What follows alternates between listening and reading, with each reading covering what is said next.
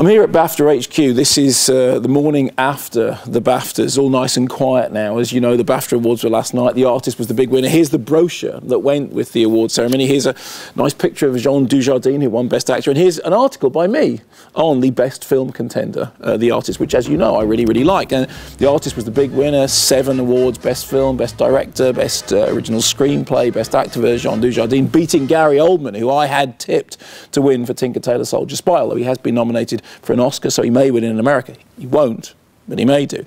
One of the interesting things for me is I'm a BAFTA member, so I vote in the BAFTA Awards. And whatever you may think about them, and I know many of you will have reservations about them, generally they are closer to what I think are the films that should be recognised than happens at the Oscars. I mean, for example, the films that I've really loved this year, we need to talk about Kevin, the Lynn Ramsey movie, was nominated at the BAFTAs, didn't win anything, but it was nominated, not nominated at the Oscars. You look at things like Senna, which is a great favourite of mine, 2 BAFTA wins last night, Best Documentary and Best Editing, which that was a very good call. No nominations at the Oscars, completely overlooked. And what I did some years ago on the Culture Show on BBC Two was I set up the Kermode Awards specifically as an antidote to the oversight to the Oscars. They're very simple rules. The rules were you couldn't win a Kermode Award for a category in which you'd been nominated for an Oscar. Now, in the whole history of the Kermode Awards, there's only ever been one technical complaint. Recently, Chico and Rita was nominated for an Oscar a year after I gave it a Kermode Award. And of course, I got straight on the phone to the director, Fernando Trueba, and I said, you need to give the Kermode Award back. And he said,